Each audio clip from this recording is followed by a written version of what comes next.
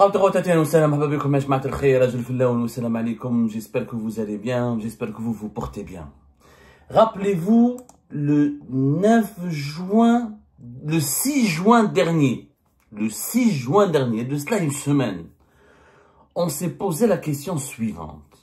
Que s'est-il passé à Rome?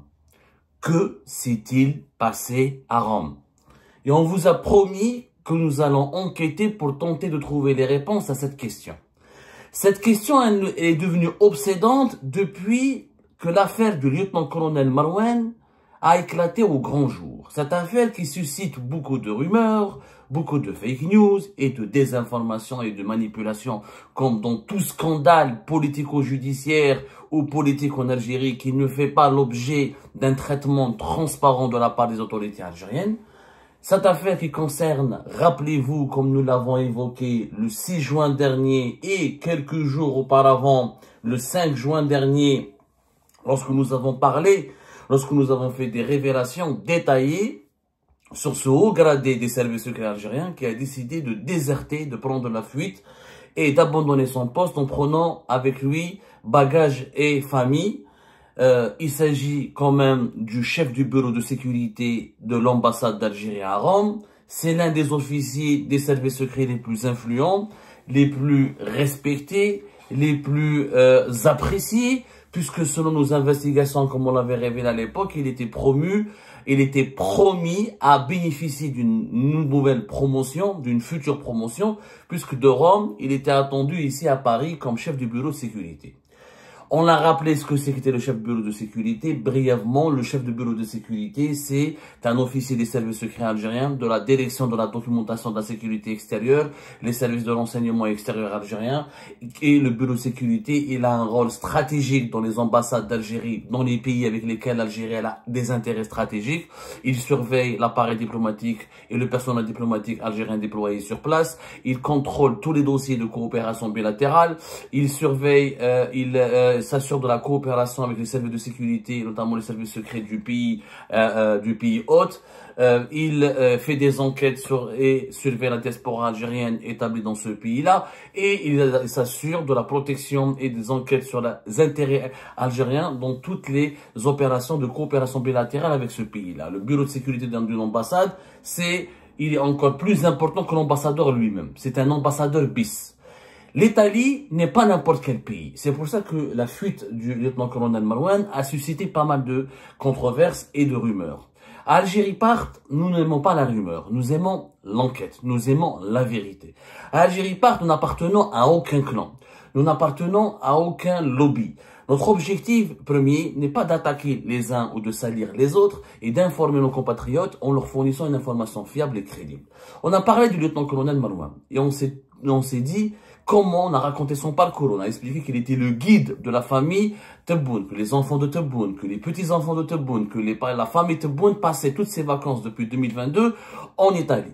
Que c'était le seul pays européen qui était autorisé par le président Abdelmadjid Tebboune, ses proches et ses enfants et les membres de sa famille, ils étaient autorisés par Abdelmadjid Tebboune à passer leurs vacances uniquement en Italie, parce que c'est un pays jugé sûr et fiable et avec lequel les relations politiques étaient extrêmement amicales avec l'Algérie. C'est-à-dire les autorités algériennes, l'État algérien entretenait des relations extrêmement amicales avec l'Italie. La visite d'Abdelmadjid Tebboune en Italie en témoigne, les accords de coopération, la participation d'Abdelmadjid Tebboune au G7 de l'Italie récemment, les bonnes relations entre Tebboune et Giorgia Meloni, la leader, l'équivalent de la première ministre en Italie. Donc tout ça, vous savez très bien qu'entre l'Italie et l'Algérie, il y a une sorte de lune de miel. Il y a une sorte de lune de miel qui dure et qui même suscite la jalousie de certains d'autres pays, comme le savent très bien certains dirigeants algériens.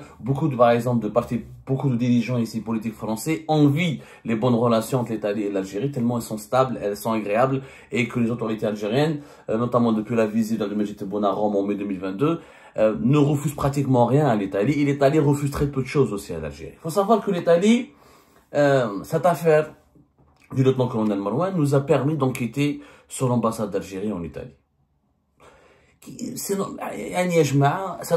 Cette affaire, elle était complètement intrigante. On a bien expliqué son parcours. Il était l'ami des enfants de Tebboune. Il était l'ami du général Sadek, le patron de la DGDSE, la DDSE, le service secret algérien, le service de renseignement extérieur. Il était parrainé par Boualem et Amirouch Hamadash, le secrétaire particulier de Tebboune et son chef de cabinet. C'est-à-dire que le lieutenant-colonel Marouane était proche de la famille, du chef de cabinet, du secrétaire particulier. Son bilan était jugé satisfaisant. Il était à Rome depuis octobre 2020. Il a pris la fuite. C'est-à-dire qu'il m'a dit, c'est un ami à eux, il a pris peur. Alors, Ma'adraka, que pourrait-il arriver aux détracteurs du système ou aux détracteurs des gens puissants en Algérie? En réalité, l'affaire du lieutenant-colonel Marouane, ce que nous avons découvert au cours de cette semaine durant laquelle nous avons enquêté très profondément, n'est qu'un détail. Je dirais même qu'elle est en train de devenir un détail superflu. Parce que cette affaire, elle est liée à un autre personnage qui a totalement disparu des radars. Et ce personnage est au cœur de mille et un complots. C'est pour ça que nous allons intituler l'émission d'aujourd'hui « Les mille et un complots de Rome ou les secrets bien gardés de l'État algérien en Italie ». Il s'est passé des choses terribles à Rome en Italie, très terribles. Cet homme qui devrait nous intéresser beaucoup plus que tous les autres hauts responsables de l'État algérien ou du régime algérien est l'ancien ambassadeur algérien en Italie, Abdelkrim Touhariya. Abdelkrim Touhariya, qui se souvient de lui? En 2023 et en 2022, il était au sommet de son influence et de son prestige. Abdelkrim Touhariya était ambassadeur de l'Algérie en Italie en novembre 2021. C'est un homme qui connaît très bien l'Italie, c'est l'un des spécialistes de l'Italie au niveau de la diplomatie algérienne et de l'appareil diplomatique algérien. Pour cause, Abdelkrim Touhariya était déjà était déjà le consul général à Rome de février 2015 à novembre 2019. Pardonnez-moi, le consul général à Milan, parce que l'Algérie, elle a l'ambassade à Rome et elle a un consulat à Milan et à Naples. Il était, lui, le consul général à Milan de 2015 à 2019. Et durant cette période, il a bien travaillé sur ses réseaux de connaissances en Italie. Il était l'un des acteurs clés dans les négociations, dans les coulisses, comme en public, pour pour gérer plusieurs dossiers de coopération bilatérale avec l'Italie. Plus tard, Abdelkrim Touhariya est parti à Abu Dhabi, il est devenu ambassadeur à Abu Dhabi en 2019. Il est resté à Abu Dhabi jusqu'à 2021. Et sa période à Abu Dhabi l'a propulsé parce que c'était lui qui a négocié, si vous voulez, et on racontera, on est en train d'enquêter là-dessus parce que nous avons découvert de nouveaux éléments. C'est lui qui avait négocié l'extradition de Abdelmamoun Ouelkaddour en août 2021 par les autorités émiratives vers l'Algérie. Et comme cadeau, pour avoir bien travaillé à Abu Dhabi, on lui a remercié, on l'a nommé en Italie comme ambassadeur. C'est un poste extrêmement stratégique. Pourquoi? Parce que, comme vous le savez, l'Italie et l'Algérie, c'est pas n'importe quoi. L'Italie, c'est le premier client du gaz algérien. Plus d'un tiers du gaz algérien est acheté par les Italiens. Alors, quelques chiffres pour démontrer l'importance des relations entre les deux pays. Les échanges économiques entre l'Italie et l'Algérie en 2024 ont été pratiquement de près de 14 milliards d'euros, ce n'est quand même pas n'importe quoi. L'Italie a acheté en 2024 pour l'équivalent de 9,4 milliards d'euros de gaz. 9,4 milliards d'euros de gaz, c'est le premier client de l'Algérie, c'est le plus grand importateur et consommateur de gaz algérien. L'Italie achète aussi des produits dérivés du pétrole. En 2024, la facture était des achats italiens de produits dérivés du pétrole et du raffinage, c'était 457 millions d'euros, ce qui n'est quand même pas n'importe quoi. Et l'Algérie était aussi un bon client. L'Italie fait partie des pratiquement 5 fournisseurs de l'Algérie. Rien qu'en termes de véhicules, par exemple, l'Algérie a acheté à l'Italie pour 270 millions d'euros de véhicules en 2024. Il y a beaucoup d'enjeux financiers, sans parler des enjeux politiques, la coopération sécuritaire, la coopération contre la lutte contre l'immigration clandestine, les échanges diplomatiques qui jouent pour les dossiers libyens, les dossiers du Sahel, la présence économique italienne en Algérie à travers INI et Fiat. Donc, c'est un poste stratégique. L'ambassadeur d'Algérie à Rome est l'un des postes les plus stratégiques de la diplomatie algérienne. Abdelkrim Touaria était extrêmement influent et son bilan était même jugé satisfaisant, au point où il était considéré comme le diplomate préféré de Tebboune et du clan Tebboune. C'est-à-dire que l'entourage de Tebboune et Tebboune lui-même considérait cet ambassadeur comme son ambassadeur, son chouchou, comme le meilleur ambassadeur. Il a entretenu des relations extrêmement proches, non seulement avec Abdelmajid Tebboune, comme nous avons découvert le cours de notre enquête, mais aussi avec plusieurs membres de son entourage, y compris des membres de sa famille proche.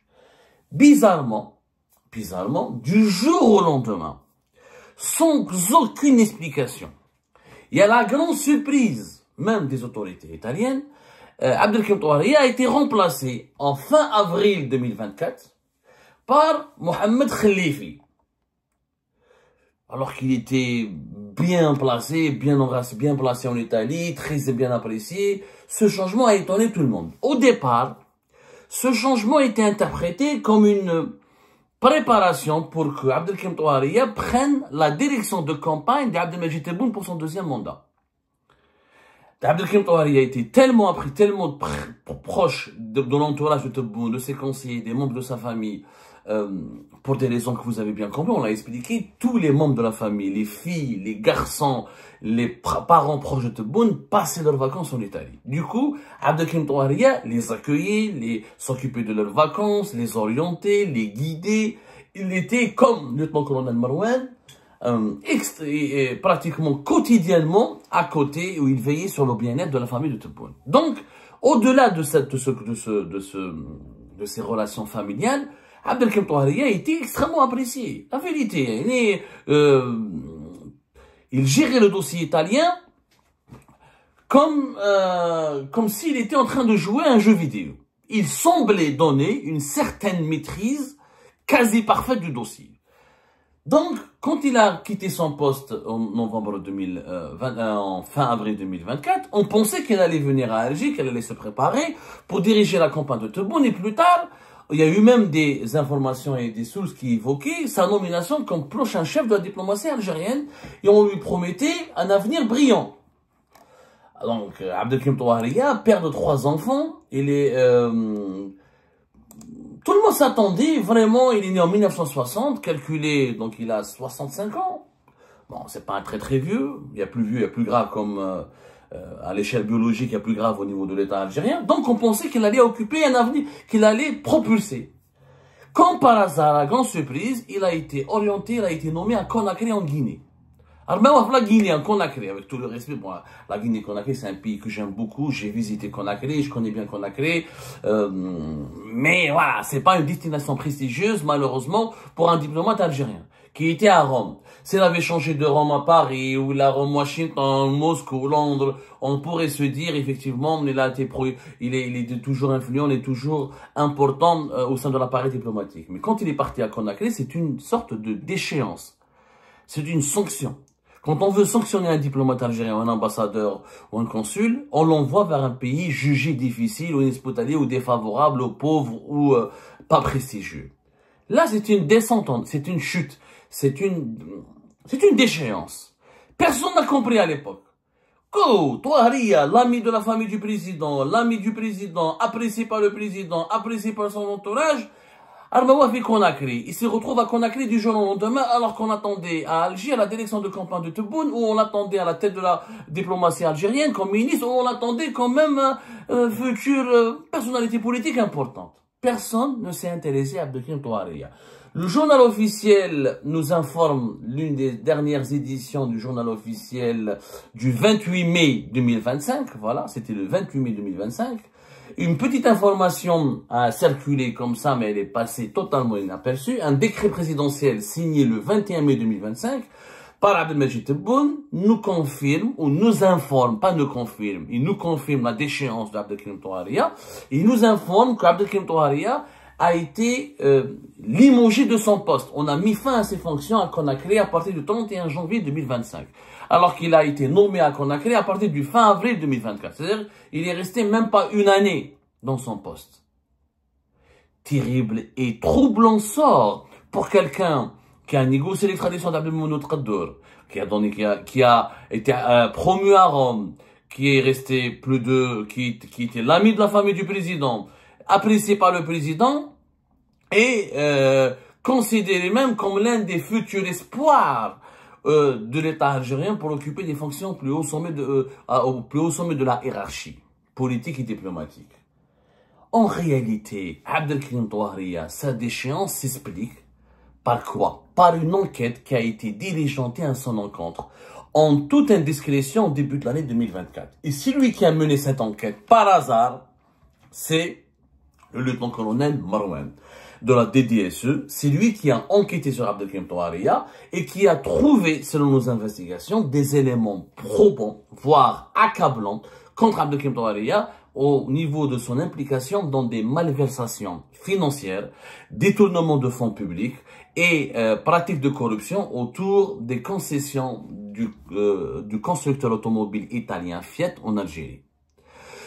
Pour le moment, je préfère ne pas vous donner tous les détails parce que nous sommes professionnels. Vous savez, nous, on ne se contente pas d'une seule source. Des gens, ils nous faxent, ils nous envoient un fax et on publie directement. On s'appuie sur différentes sources. Pour faire nos émissions et pour prendre la parole et faire nos enquêtes, on est obligé, c'est le journalisme qui nous dicte cette obligation, de recourir et de vérifier nos informations au moins auprès de 3 sources.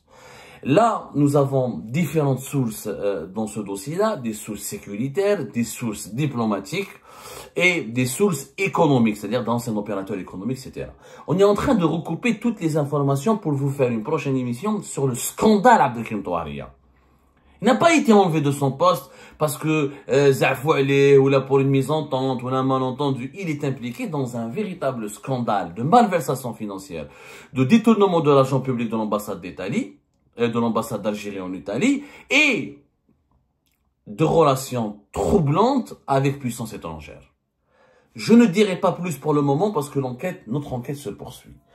Après avoir été signalé par les rapports accablants du lieutenant-colonel Marouane, Abdelkrim Touahria a été enlevé de son poste. Et l'enquête du lieutenant-colonel Marouane s'est appuyée sur des témoignages de consuls. Il y a eu des consuls d'Algérie en Italie, parmi lesquels Chawki Chemem, consul d'Algérie à Naples, et Adel Talbi, consul d'Algérie à Milan. Les deux ont témoigné dans cette enquête-là.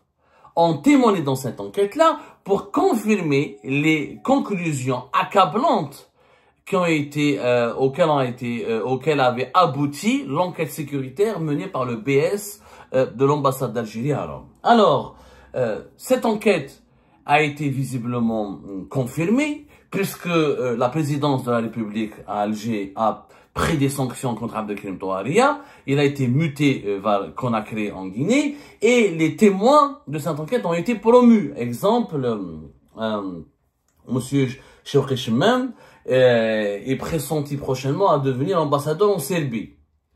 Même s'il n'a pas été encore promu, on lui avait promis une promotion.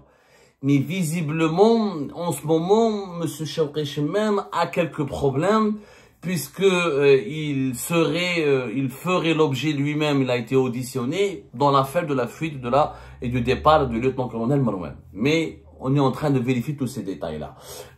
Un autre témoin c'est une femme qui s'appelle Myriam Gender, qui était chargée d'affaires à l'ambassade d'Algérie à Rome, et qui a témoigné, qui a fourni des informations démontrant l'implication de Abdelkrim Touahria, qui était à l'époque le protégé de la présidence algérienne et l'ambassadeur chouchou du président de la République Abdelmajid Tebboune.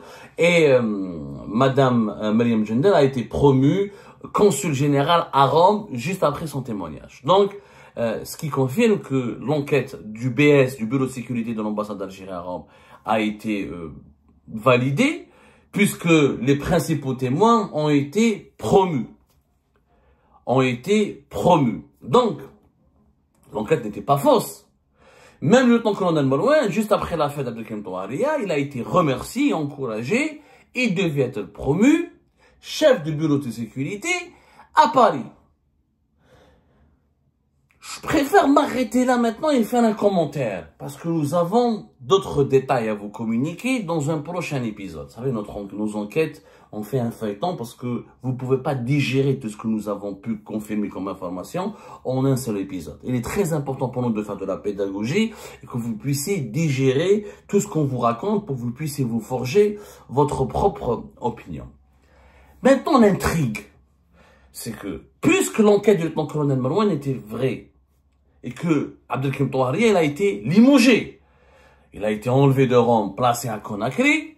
De Conakry, même pas une année, on a mis fin à ses fonctions. Et selon nos informations, il est aujourd'hui en Hollande. Il est pratiquement dans une situation troublante, ni à la retraite. On ne sait pas s'il a été admis. Il n'a pas été admis à la retraite. On a mis fin à ses fonctions. On l'a pas rappelé. Il attend qu'on tranche sur son sort. Est-ce qu'il va y avoir une enquête judiciaire? Est-ce qu'on va enquêter sur lui? Selon nos informations, la justice ne s'est pas emparée de son dossier. Eh ben attendez, il y a une enquête sécuritaire contre lui, qui a été confirmée parce qu'il a été enlevé de son poste. Les témoins dans son affaire ont été promus. Ils ont pris des postes importants, donc ils ont été remerciés. L'officier qui était en charge de cette enquête a été remercié, on lui a promis un poste. Mais Abdelkrim Touahria, maintenant, circule en toute liberté en Hollande. Alors qu'on parle de malversation financière, on parle de relations opaques avec des entités étrangères, et on parle de détournement d'argent public à l'ambassade d'Algérie à Rome. Pourquoi on n'a pas voulu judiciariser cette affaire? Pourquoi on n'a pas été convoqué par la justice? Pourquoi on n'a pas soumis à une enquête judiciaire? Parce que selon nos investigations, dans l'affaire Abdelkrim Touahria, il y avait des complices. Et parmi ces complices, il y a des poids lourds. Il y a des poids lourds. Je préfère ne pas donner des noms, parce que si je donne des noms, je vous assure, quand je donne des noms, l'Algérie. Ce sont des noms dont l'évocation pourrait provoquer un scandale au plus haut sommet de l'État. Donc je préfère ne pas donner des noms et je préfère continuer à enquêter de la manière la plus professionnelle pour m'assurer de la véracité de toutes les informations que nous sommes en train de récupérer. Parce que notre objectif à nous n'est pas de faire des règlements de compte ou d'alimenter des guerres de clans ou d'alimenter la rumeur. Nous, on va contacter toutes les personnes qui sont citées dans le dossier pour leur donner le droit à la parole et pour comprendre. Mais les noms qui sont cités dans l'affaire Touahria sont des poids lourds de la vie politique et des poids lourds du système algérien. C'est pour cette raison qu'il aurait été épargné. Peut-être que prochainement la justice algérienne va me démentir, elle va le convoquer. Il est en Hollande, vous pouvez le convoquer. Mais le sort d'Abdelkrim Touahria semble bénéficier d'une certaine clémence parce qu'il avait des complices extrêmement bien placés au sein du système et au plus haut sommet de la présidence algérienne. Et pour cette raison, on ne veut pas le juger. Mais sa déchéance, elle n'est pas normale. Et ce qui n'est pas encore normal, c'est la fuite. Quand on apprend tous ces éléments-là, à la fin, vous allez me poser une question qui est légitime. Abdou, il a fait une enquête qui a été confirmée. La personne qui a fait l'objet de cette enquête, Abdelkrim Touahria, a été sanctionnée. Ensuite, elle a été limogée du corps diplomatique parce qu'il est sans poste. Donc, pourquoi il a pris la fuite? Pour quelle raison il a pris la fuite? L'intrigue devient encore plus inquiétante, plus troublante. En réalité, ce qui s'est passé à Rome, on n'est pas au bout de nos surprises. C'est pour ça que nous avons intitulé cette émission « Les mines et un complot ». Parce que l'affaire Abdelkrim Touahria, il y a des éléments très graves. Je préfère prendre le temps de les vérifier un par un. Et dans le prochain épisode, on vous racontera comment une autre personne a fait les frais d'une intervention en faveur de M. Abdelkrim Touahria. To be continued, à suivre.